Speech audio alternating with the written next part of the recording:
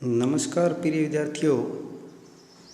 इसके पिछले वीडियो में हमने पदार्थ की अवस्थाओं के बारे में जाना, ठोस, द्रव और गैस। आज हम इसमें पढ़ेंगे कि क्या हम पदार्थ की एक अवस्था को दूसरी अवस्था में बदल सकते हैं, तो यदि हाँ तो इसको कैसे बदल सकते हैं और इसके लिए कौन सी भौतिक इकाइयों की आवश्यकता होगी, इस पर हम आज अध्ययन करेंगे। तो इसका जो फर्स्ट टॉपिक है 1.4 कि क्या पदार्थ अपनी अवस्था को बदल सकता है। इसमें पढ़ते हैं, अपने प्रेक्षण से हम जानते हैं कि जल पदार्थ की तीनों अवस्थाओं में रह सकता है। अर्थात जो जल है वो पदार्थ की तीनों अवस्थाओं में, ठोस, द्रव और गैस, तीनों में रह सकता है। ठोस अवस्था कौन सी? बर्फ़। जल जो है वो द्रव अवस्था और भाप जो है वो गैसीय अवस्था। तो एक जो जल है वो तीनों अवस्थाओं में रह सकता है। इसमें ये बताया भी है कि ठोस अवस्था के अंदर जैसे बर्फ़ है, द्रव अवस्था के अंदर जैसे जल है और गैस अवस्था के अंदर जल वाष्प है। अवस्था बदलने के दौरान पदार्थ के अंदर क्या होता है, अवस्था के परिवर्तन से पदार्थ के कणों पर क्या प्रभाव पड़ता है, क्या हमें इन प्रश्नों का उत्तर नहीं खोजना चाहिए। तो इसका जो फर्स्ट पॉइंट है 1.4.1 कि तापमान परिवर्तन का प्रभाव, कि तापमान में यदि परिवर्तन करें तो क्या प्रभाव पड़ेगा, इस पर हम चर्चा करते हैं। क्रियाकलाप 1.12 एक बीकर में 150 ग्राम बर्फ़ का टुकड़ा लें एवं चित्र 1.6 के अनुसार उसमें प्रयोगशाला में प्रयुक्त थर्मामीटर को इस प्रकार लटका दें कि थर्मामीटर का जो बल्ब है वो बर्फ़ को छू रहा हो।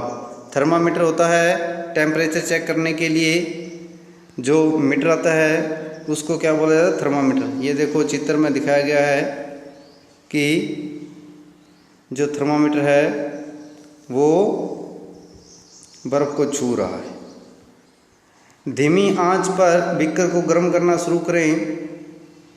जब बर्फ़ पिघलने लगे तो तापमान नोट कर लें। जब संपूर्ण बर्फ़ जल में परिवर्तित हो जाए तो पुनः तापमान नोट करें। ठोस को द्रव अवस्था में होने वाले परिवर्तन में प्रेक्षण को नोट करें कि यदि ठोस अवस्था से किसमें, द्रव अवस्था में जो परिवर्तन आ रहा है उसके प्रेक्षण नोट करते रहे कि कौन कौन सी प्रक्रियाएं हुई है। अब बीकर में एक कांच की छड़ लें और हिलाते हुए गर्म करें। जब तक जल उबलने न लगे तब तक उसको गर्म करते रहें। थर्मामीटर की माप पर बराबर नज़र रखे रहें जब तक कि अधिकतर जल वाष्प न बन जाए। जल के द्रव अवस्था से गैसीय अवस्था में परिवर्तन के भी प्रेक्षण नोट करें। अर्थात जब जल है द्रव अवस्था में है, जब वो गैसीय अवस्था यानी भाप में बदल रहा है तो उसके भी प्रेक्षण नोट करते रहें। ठोस के तापमान को बढ़ाने पर उसके कणों की गतिज ऊर्जा बढ़ जाती है। गतिज ऊर्जा में वृद्धि होने के कारण कण अधिक तेजी से कंपन करने लगते हैं। ऊष्मा के द्वारा प्रदत्त की गई ऊर्जा कणों के बीच के आकर्षण बल को पार कर लेती है। इस कारण कण अपने नियत स्थान को छोड़कर अधिक स्वतंत्र होकर गति करने लगते हैं।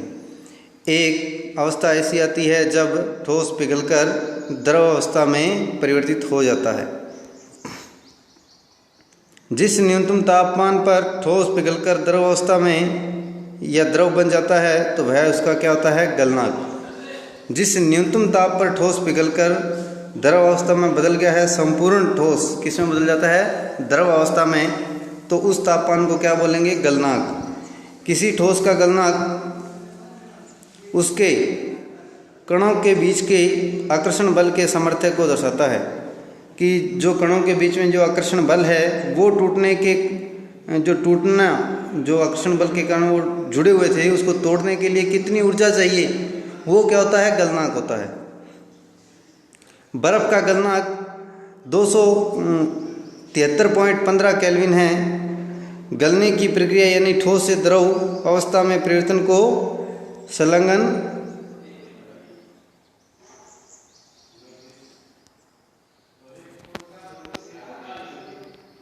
भी कहते हैं।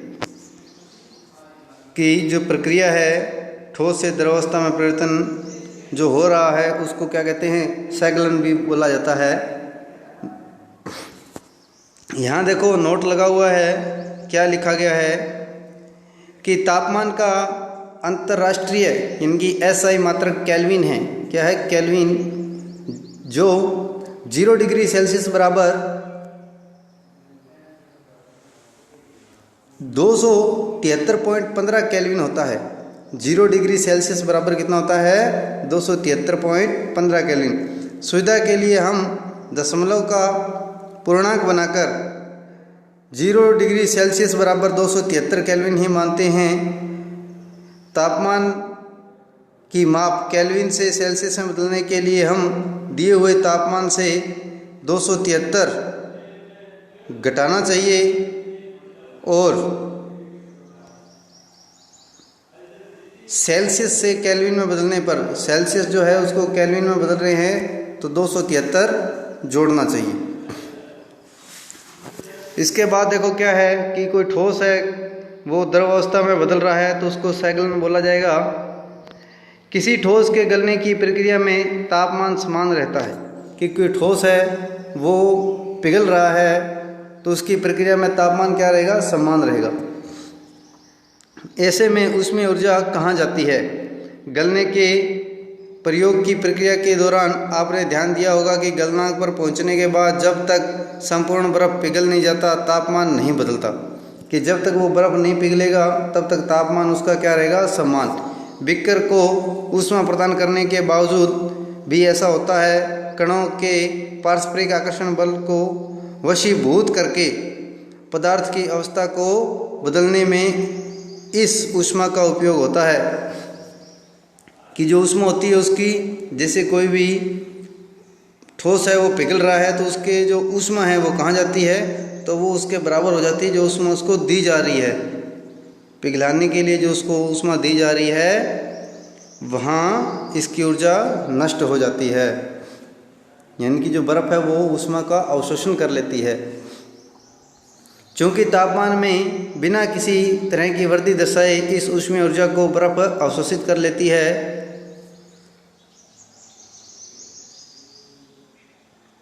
यह माना जाता है कि यह बीकर में ली गई सामग्री में छुपी रहती है, जिसे गुप्त ऊष्मा कहते हैं। क्या कहते हैं? गुप्त ऊष्मा। यहाँ गुप्त का अभिप्राय छुपी हुई से है। वायुमंडलीय दाब पर 1 किलोग्राम ठोस को उसके गलनांक पर द्रव में बदलने के लिए जितनी ऊष्मीय ऊर्जा की आवश्यकता होती है उसे संकलन की प्रसुप्त ऊष्मा कहते हैं। अर्थात 1 किलोग्राम कोई ठोस है उसको गलाने पर जो द्रव में बदलने के लिए जितनी ऊष्मीय ऊर्जा चाहिए कि उसे कितनी ऊर्जा दे कि वो किसमें बदल जाए? द्रव में बदल जाए। तो उसमें संकलन की जो प्रसुप्त ऊष्मा होती है, ठीक है, क्या कहते हैं इसको? प्रसुप्त ऊष्मा। कि जब वो गल जाए सारा किस में बदल जाए? द्रव में। अर्थात 0 डिग्री सेल्सियस बराबर 273 केल्विन पर जल के कणों की गतिज ऊर्जा या कणों की जो ऊर्जा है उसी तापमान पर बर्फ़ के कणों की गतिज ऊर्जा से अधिक होती है। जो जल के कणों की ऊर्जा है वो उसी ताप पर बर्फ़ के कणों की ऊर्जा से अधिक होती है, क्योंकि द्रव के जो कण हैं वो गतिशील हो जाते हैं और ठोस के जो कण हैं वो एक जगह रुके रहते हैं। जब हम जल में ऊष्मीय ऊर्जा देते हैं तो कण अधिक तेज़ी से गति करने लगते हैं। एक निश्चित तापमान पर पहुंचकर कणों में इतनी ऊर्जा आ जाती है कि वे परस्पर आकर्षण बल को तोड़कर स्वतंत्र हो जाते हैं। इस तापमान पर द्रव गैस में बदलना शुरू हो जाता है। वायुमंडलीय दाब पर यह तापमान जिस पर द्रव उबलने लगता है उसे इसका क्वथनांक कहते हैं। यानी कि ऐसा ताप कि जहाँ पर द्रव जो है वो उबलना शुरू कर दे उसे क्या कहेंगे?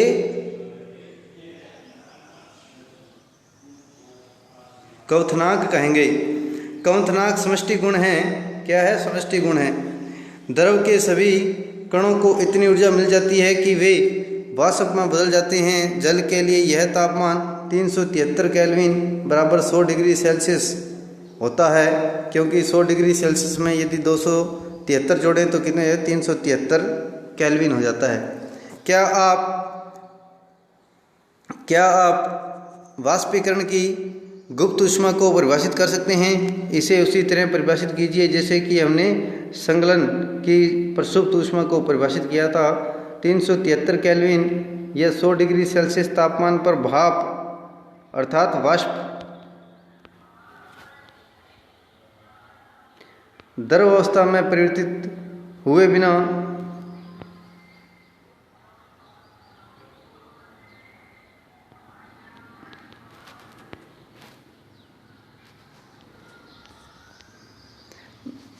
ये है कि प्रसुप्त 0 डिग्री सेल्सियस तापमान पर भाप अथवा वाष्प के कणों में उसी तापमान पर पानी के कणों की अपेक्षा अधिक ऊर्जा होती है। ऐसा इसलिए क्योंकि भाप के कणों में वाष्पशील की गुप्त ऊष्मा के रूप में अतिरिक्त ऊष्मा अवशोषित कर ली जाती है।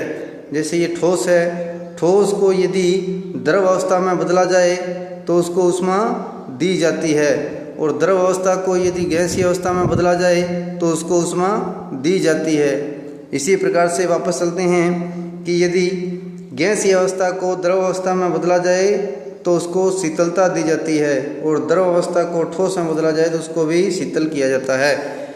अतः हम यह कह सकते हैं कि तापमान बदलकर हम पदार्थ को एक अवस्था से दूसरी अवस्था में बदल सकते हैं। हमने सीखा कि गर्म करने पर पदार्थ की अवस्था बदल जाती है, गर्म होने पर ये ठोस से द्रव, द्रव से गैस में बन जाते हैं। लेकिन कुछ ऐसे पदार्थ हैं जो द्रव अवस्था में परिवर्तित हुए बिना ठोस अवस्था से सीधे ही गैस अवस्था में और वापस ठोस में बदल जाते हैं। क्रियाकलाप नंबर 1.13 में देखिए क्या लिखा है कि थोड़ा सा कपूर या अमोनियम क्लोराइड लें और इसे चूर्ण करके चीनी की प्याली में डाल दें। जो चाइना डिश होती है, आप प्लेट कह सकते हो, जो अपने घरों में यूज़ होती है, छोटी सी प्लेट। इस एक कीप को उल्टा करके इस प्याली के ऊपर रख दें। इस कीप के एक सिरे पर रुई का एक टुकड़ा रख दें। ये देखो जैसे ये चित्र में दिखाया गया है कि यहाँ जो है टुकड़ा अमोनियम क्लोराइड का है, ठीक है, और ये नीचे जो है वो प्याली रखी हुई है, नीचे बर्नर है, अर्थात कोई भी मोमबत्ती रख सकते हो आप आग ज्वाला के लिए, और ये ऊपर एक कीप रखा हुआ है।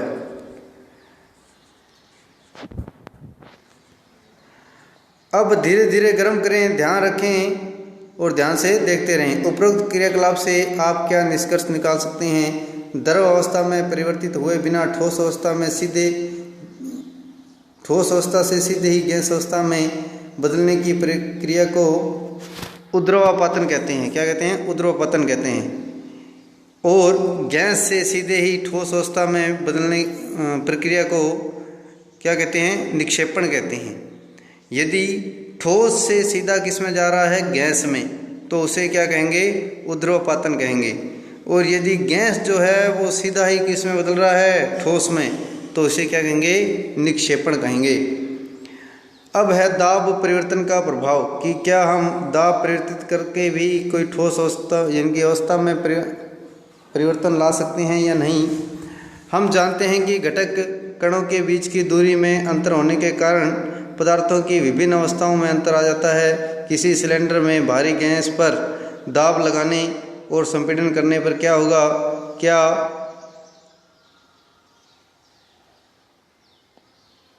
क्या इसके कणों के बीच की दूरी कम हो जाती है?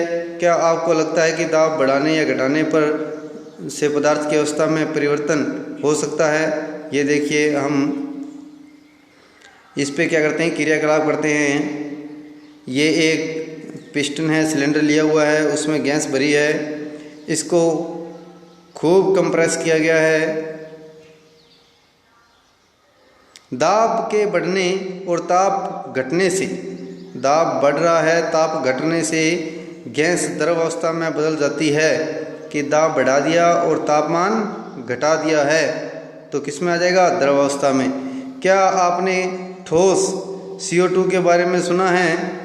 इससे उच्च दाब पर संग्रहित किया जाता है। जब वायुमंडलीय दाब का माप 1 एटमॉस्फेयर हो जाता हो तो ठोस CO2 द्रव अवस्था में आए बिना सीधे ही गैस अवस्था में परिवर्तित हो जाती है। यही कारण है कि ठोस कार्बन डाइऑक्साइड को शुष्क बर्फ कहते हैं। क्या कहते हैं? शुष्क बर्फ, ड्राई आइस बोला जाता है। किसको? कार्बन डाइऑक्साइड को, CO2 को। इसी तरह से हम कह सकते हैं कि पदार्थ की अवस्था यानी ठोस, द्रव और गैस दाब और ताप द्वारा तय की जाती है।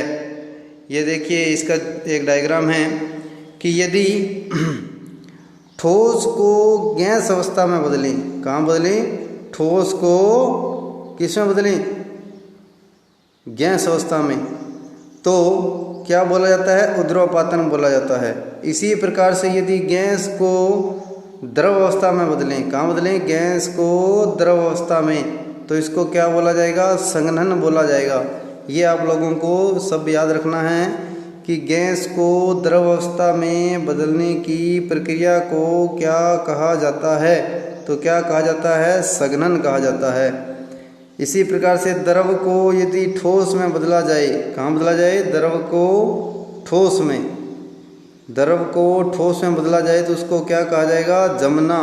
जैसे हम दूध से क्या बना देते हैं?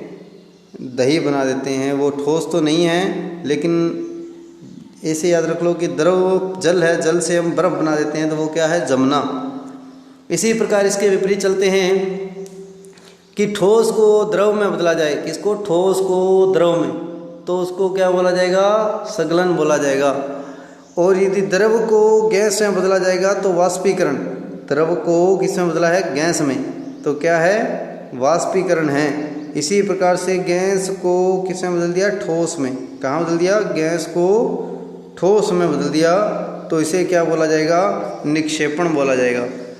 तो ये सब आप लोगों को याद रखना है। आगे इसका पॉइंट है वाष्पीकरण, ये हम करेंगे कल। तो बच्चों, इसके जो कुछ प्रश्न हैं वो भी हम करेंगे और इस लेसन को भी कंप्लीट करेंगे।